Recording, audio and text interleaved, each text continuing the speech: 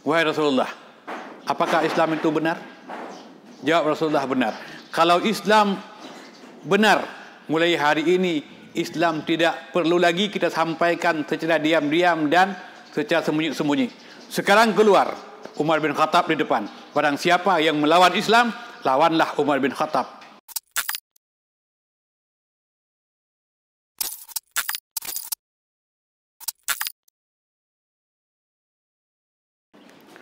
Assalamualaikum warahmatullahi wabarakatuh.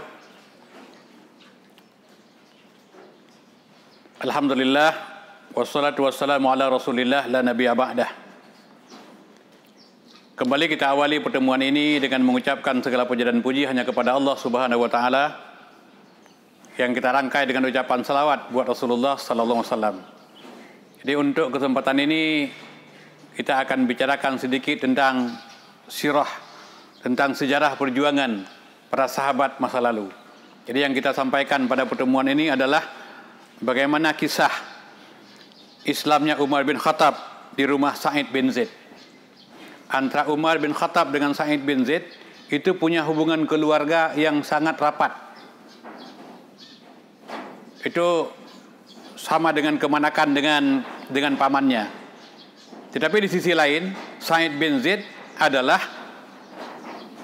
meminang dan memperistrikan adik Umar bin Khattab sebagai istrinya yang bernama Fatimah.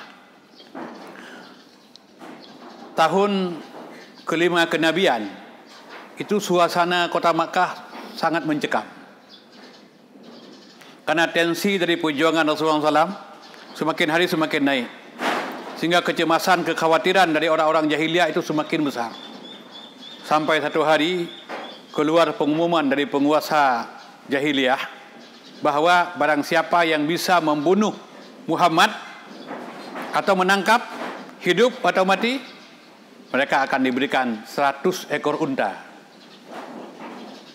Maka para singa-singa padang pasir pada waktu itu asal keluar, dia tetap membuat pedang yang terhunus. Tidak ketinggalan dengan Umar bin Khattab. Di satu hari Umar bin Khattab berjalan dengan muka yang merah padam, seolah-olah dia mengeluarkan darah dari matanya. Begitu bengis suasana yang terlihat di wajah Umar bin Khattab. Kemudian Umar bin Khattab berjumpa dengan seorang laki-laki dari keturunan Bani Duhrah. Lalu dia bertanya, "Mau ke mana, Umar?" Umar menjawab, "Aku ingin mencari Muhammad dan ingin membunuhnya." Kemudian si laki-laki dari Bani Duhrah bertanya, "Umar, apa kamu enggak takut kepada Bani Duhrah dan Bani Hashim? Dan mereka tidak akan membiarkan saudaranya terbunuh. Mereka pasti akan melakukan pembalasan dendam. Apa kamu berani?" Kemudian Umar menjawab, "Pasti kamu sudah memeluk Islam." Kemudian si laki-laki dari Bani Duhrah mengatakan kepada Umar bin Khattab, "Wahai Umar, aku heran, kenapa engkau mau mengurus Muhammad yang belum tentu sanggup kamu mengurusnya? Kenapa kamu tidak mengurus adikmu saja yang bernama Fatimah bersama suaminya yang bernama Sa'id bin Zaid telah memeluk Islam?" Pada waktu Umar bin Khattab mendengar ucapan itu, Umar bin Khattab betul-betul sangat marah. Pedang yang tadinya disarung ditarik keluar. Dia terus menuju ke rumah adiknya. Sampai ke rumah adiknya, dia mendengar dari luar bahwa di dalam rumah ada suara laki-laki yang sedang mengajarkan sesuatu yang Umar belum tahu pasti apa yang sedang diajarkan. Padahal mereka sedang belajar Al-Quran. Maka pada waktu itulah Umar bin Khattab mendobrak pintu dan dia masuk ke dalam rumah. Langsung dia menghajar Sa'id bin Zaid dan dia menghajar adiknya. Dan pada waktu itu suasana di rumah itu betul-betul sangat mencekam. Maka pada waktu itu Umar berkata, "Apa yang kau baca?" Umar minta satu persatu. Adiknya mengatakan, "Engkau tidak bisa membaca. ini Al-Quran, ini kalimat yang suci. Orang-orang yang seperti kamu, orang-orang yang kotor, orang-orang yang tidak suci, tidak boleh menyentuh ini. Kemudian iparnya yang bernama Sa'id bin Zaid juga mengatakan, wahai Umar, sekalipun engkau menghajarku berkali-kali, namun kebenaran yang kuyakini hari ini tidak akan pernah bisa bertukar dengan apapun, karena tidak ada yang lebih indah bagiku kecuali Islam. Umar terus mendesak adiknya, minta supaya yang dipelajari itu diberikan kepada Umar. Kemudian adiknya mengatakan, kalau kamu ingin menyentuh kalimat ini, ingin membaca kalimat ini, silakan kamu mandi. Kamu kotor dan najis. Umar tunduk dan patuh. Itulah pada saat itu cahaya keimanan telah menggerumudi iman Umar bin Khattab. Jiwanya telah terselimuti pada waktu itu dengan sinar keimanan. Maka dia sangat patuh walaupun hanya suruhan dari seorang perempuan yang bernama Fatimah sebagai adik kandungnya. Umar pun menuju ke tempat pemandian. Setelah dia mandi, setelah bersih, dia kembali masuk ke rumah. Lalu adiknya menyerahkan kepada Umar bin Khattab bacaan yang dibaca. Lalu Umar membaca Taha dalam Al-Quran, surat Taha dari ayat 1 sampai ayat yang ke-14. Umar membaca Taha, ma anzalna 'alaikal Qur'ana litashqa.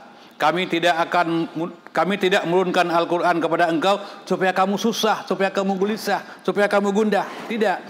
Tapi Al-Quran yang diturunkan illa tadhkiratan liman yakhsha. Al-Quran yang diturunkan menjadi penawar, menjadi obat untuk menghadirkan kerinduan, untuk menghadirkan ketenangan, untuk membawa berkah. Maka pada waktu itu Umar membaca, terus membaca sampai ke ayat yang ke-14. Umar membaca, innani anallahu la ilaha illa ana fa'budni. Sesungguhnya aku ini adalah Allah. La ilaha illa ana, tidak ada Tuhan selain aku. Fa'budni, maka sembahlah aku. Wa aqimis salata li dzikri, dan dirikan salat untuk mengingatku. Kemudian Umar bin Khattab bertanya, di mana Muhammad? Pada awalnya tidak ada yang menjawab. Umar mengatakan, aku bukan ingin membunuhnya. Aku ingin menjumpainya. Aku ingin menyampaikan sesuatu kepadanya. Baru disampaikan.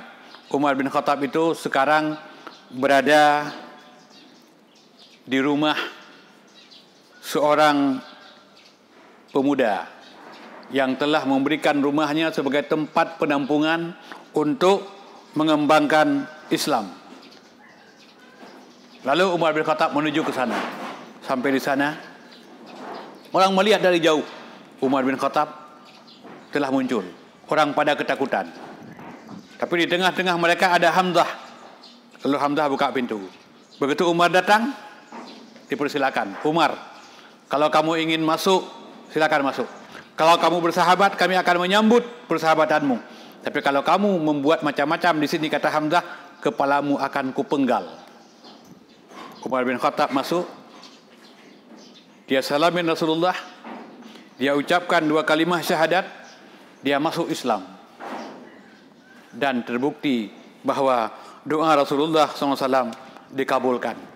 Karena setelah meninggal Abu Talib, Rasulullah berdoa kepada Allah Subhanahu Wa Taala, ya Allah, kuatkan Islam ini dengan salah satu Umar. Yang pertama Umar bin Khattab, yang kedua Umar ibnu Hisham. Ternyata dibuktikan oleh Allah Subhanahu Wa Taala. Doa Rasulullah dikabulkan, Umar bin Khattab memeluk Islam. Setelah Umar bin Khattab memeluk Islam, Umar bertanya kepada Rasulullah dan kepada yang hadir dalam pertemuan itu, wahai Rasulullah, apakah Islam itu benar?